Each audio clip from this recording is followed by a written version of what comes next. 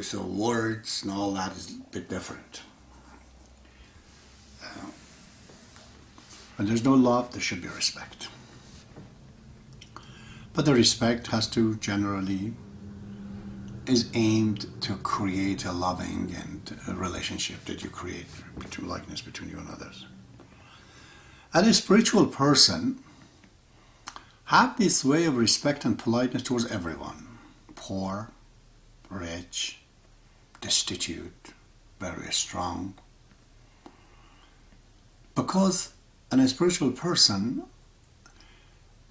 these things are not a kind of a strategy that he's adopting for the moment. It is who he is all the time to everyone. And this is what's important. And because otherwise, and in the West, it's very common. There's salesmen, they come at the door, or I talk to them. They always put on this a smile and great respectful manners, dressed up well and this and that.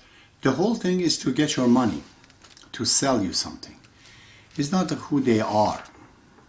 They're just for the moment that it is. We have to be very careful that the appearance does not replace the actual inside of the person. And that's why it's the cause of so many people have been cheated with a door-to-door salesman or insurance, gimmicks and all that. Because when we have this beautiful attitude to put on, you can easily fool a person. You should be very careful in doing that. I remember there was this guy, he had problems selling, I guess, some product to one German man.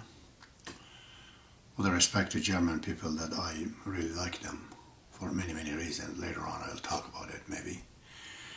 But this guy is particularly arrogant, I would say, person. And I told him, he said, I can't sell the product to him. He's a nice guy and he likes me, but it's just that closing, I can't close the deal.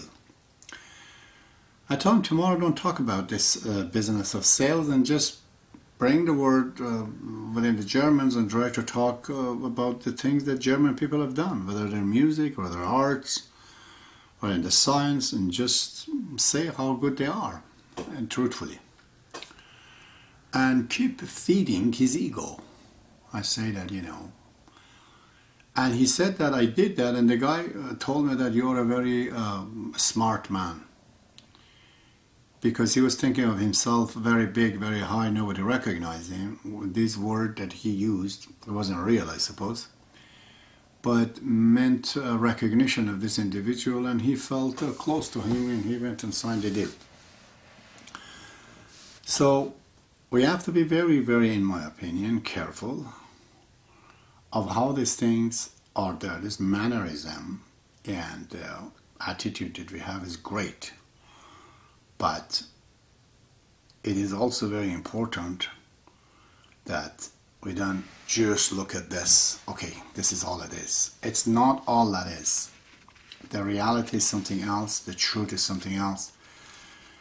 I remember I was reading in that book, the Mahmoud's Diary right now it's called, but it was just the itinerary of Abdul-Baha's stay in the United States. Every day is recorded. And one place, Abdul-Baha says that be careful of the people who are not of a great, attitude, and they're sometimes grouchy or angry.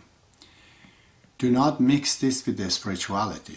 They could be also spiritual people, but they just are grouchy or they just have a bad attitude sometimes. And one of the gentlemen was a very, I guess, devoted believer, Mirza Asadullah Qawmi.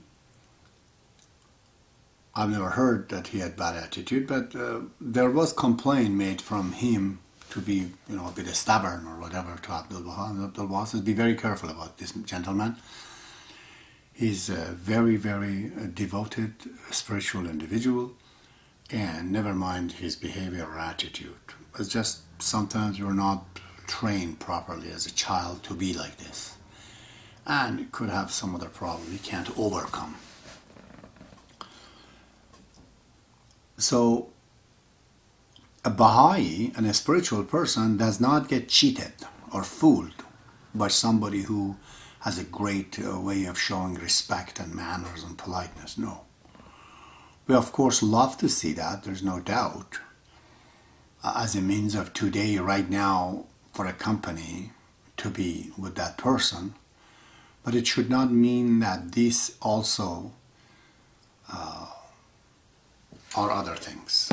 You just have to experience the person more than once, the history, the past, and others, but not to know. There are other tests one can make about a person, whether it's spiritual or not. Not just simply put a good face on your characters by showing all these things. Although it's very important to, as I said, to be respectful and polite. It's written that one day this fellow, he even could have been a good believer, who knows, but he comes in front of baha'u'llah as a matter of respect, probably, or to a baha'u'llah. He just throws himself right down on the floor, like the manner the European would do in front of the king or something. Baha'u'llah didn't like this. He never had people do that to him. He was not. He just wanted you, whoever you are, to be real and truthful. This fellow just probably wanted to show his respect in this way, and it was artificial. It was not. It was superficial. It was not real. So Baha'u'llah didn't even tell him to get up. It says the guy just sat down, was laid down on the floor, and nobody was telling him rise or anything. So Abdul had to wake him up, tell him that basically don't do this kind of things here. It's not acceptable. You have to be yourself. But nevertheless, it is good to show behavior and attitude that's pleasant to others, and try to make it in the course of time to understand it, to find a benefit into it, the benefit of making you to feel good because you're able to deal with an angry person and just put a smile on your face and ask him how could you help him in whichever way it is possible to bring his anger down. It is not very pleasant to be angry for yourself and for others. I'm sure that you have all the reason to be, but could I be of any help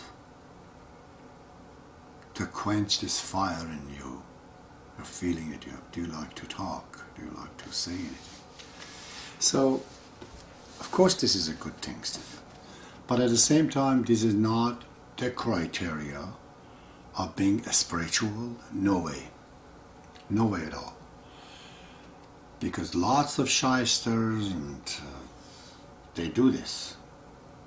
Charlatans, they put all this kind of attitude as a politicians, my God, as a religious leaders, as a economical, opportunist. They do that.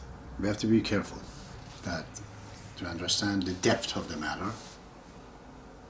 But if you're really a spiritual and you have never even trained as a child to be respectful to others, but you have a fairness, justice in you, you have that kindness, you automatically emanate from those depth of the spiritual values and the spiritual quality a mannerism that is already polite, that is respectful, that's considerate, and whatnot. So, from being really a spiritual, having those great attributes, kindness, bravery, forgiving, you will emanate all those, what we know as politeness, and if you really get into the depth of it, you would. But you can go other way around. and say that, well, I can't do with all that kindness and all that forgiveness, all that generosity, but right now I like to convince this guy to buy my product or vote for me or listen to me, donate to my box. Therefore I have to put up some kind of a face, you know. Seems to be a short talk, but I think I explained what I meant by politeness and respect. I'm going to be talking my final chapter, my final speech on the ethics by talking a bit about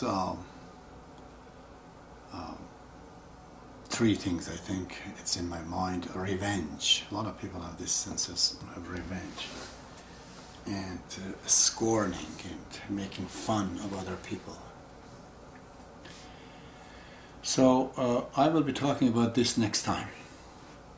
Right now,